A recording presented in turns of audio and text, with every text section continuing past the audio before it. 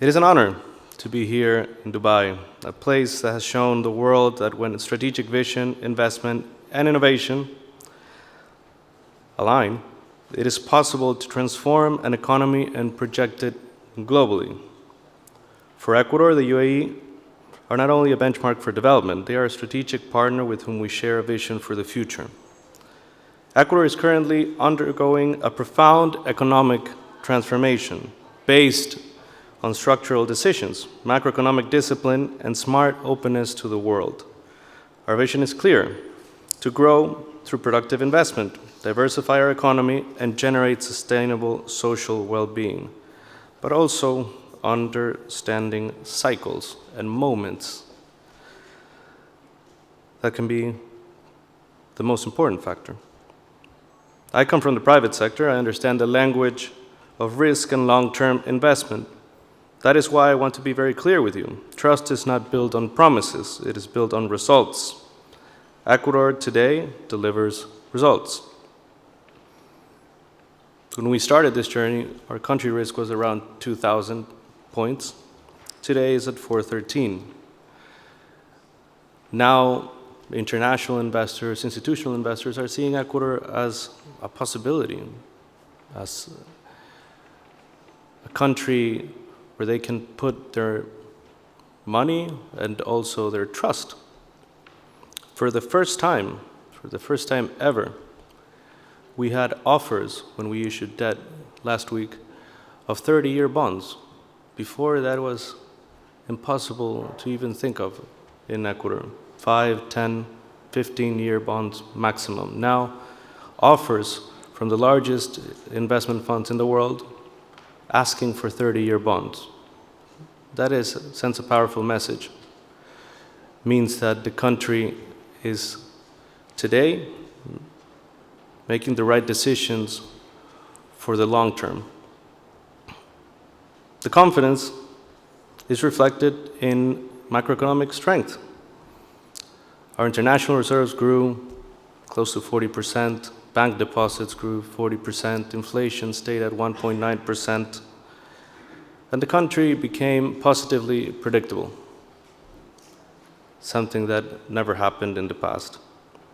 Confidence is also felt domestically, with local consumption in food, medicine, and transport close to 13% increase. That shows a clear sign that it's not only the companies and the top 5% becoming wealthier, but the average citizen is having a better time. They're consuming. Ecuador today can be proud of its order, of its structure, and also can be proud that this government in 2 years has reduced poverty levels to the lowest in history, down to 21.4%. The lowest point prior to that was December of 2017, which was 21.5%. But we have reduced it to 21.4% from a high of close to 30 about a couple of years ago. Hope was almost lost.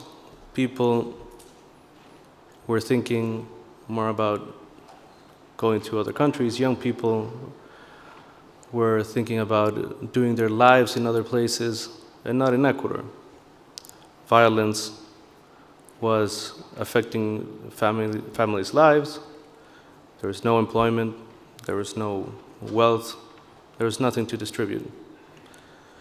Today, the story is different. Today, after 2 years, we can say that we are on the right track for the first time in decades.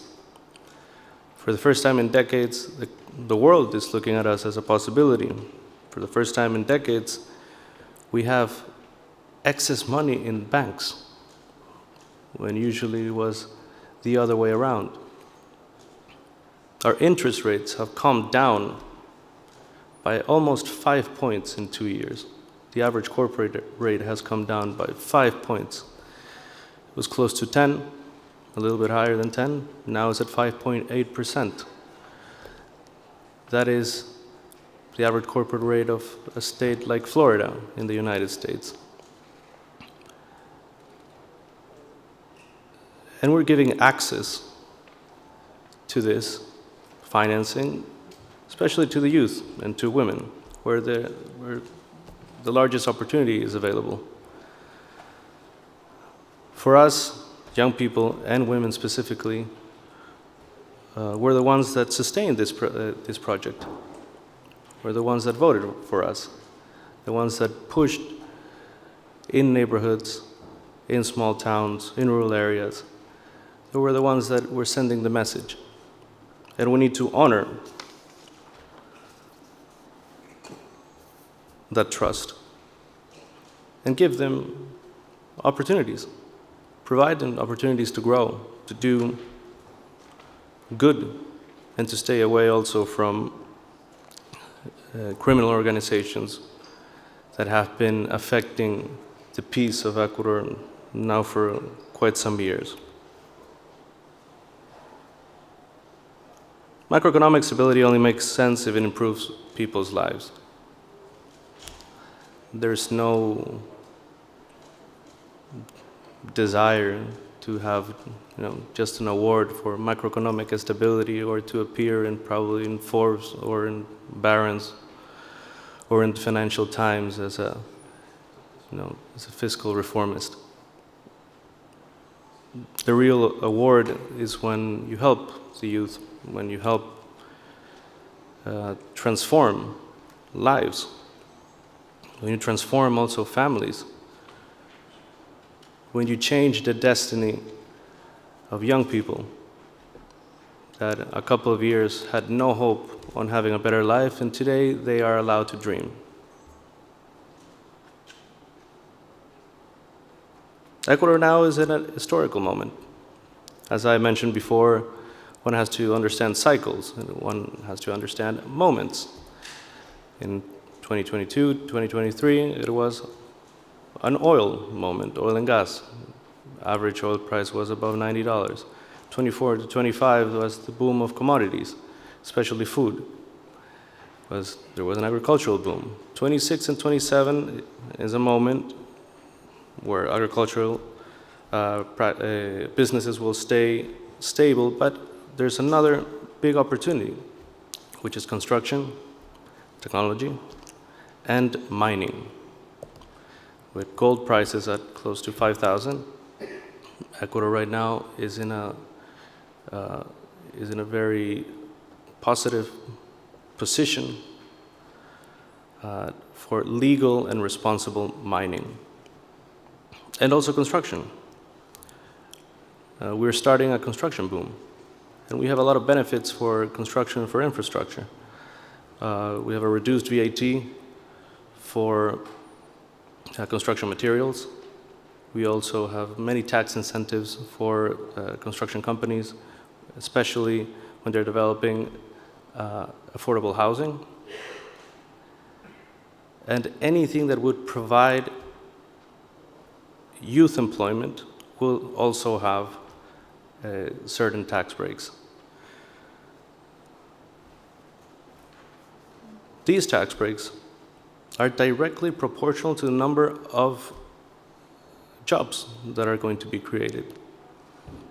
The government helps companies, the government helps other nations that are willing to risk their capital in Ecuador and generate employment. Today, a 21 or 22-year-old has a better chance of finding a job than 2 or 3 years ago. Today, a 25-year-old woman has a better chance of having financing for a small or medium-sized business. A family finally has a chance to have an affordable home. And it all goes back to the stability and the macro stability, but also to have a heart. One needs to have a heart to understand that stability has to be used to benefit people, not just to fill the bank account or the vault. We need to use that stability to really improve people's lives, to generate employment, wealth, also security, which today is one of the key aspects in the region. The relationship with the UAE has been a short but very intimate relationship, very positive relationship. And it occurred this way for one specific reason. And one thing that moved this relationship was the genuine desire to help the other. When I talk to other heads of state, especially in my region, they say, so how come do you get along so well with the UAE? What happened? What did you do? Give me a tip. And I said, I didn't do anything that was different from what I am. So he said, so what was your approach? What was your strategy in communicating? There was no approach, there was no strategy. It just came offering things instead of asking for things. And that changes completely the dynamic. Because when you want to start a friendship, you don't start a friendship asking, you start a friendship offering. That is the true meaning of friendship. So that's how we started. We started offering our products, our support, also being aligned against crime, against people that want to affect our families, against people that want to affect our people. And that's the magic behind it. That's the super strategy behind it that others don't really understand.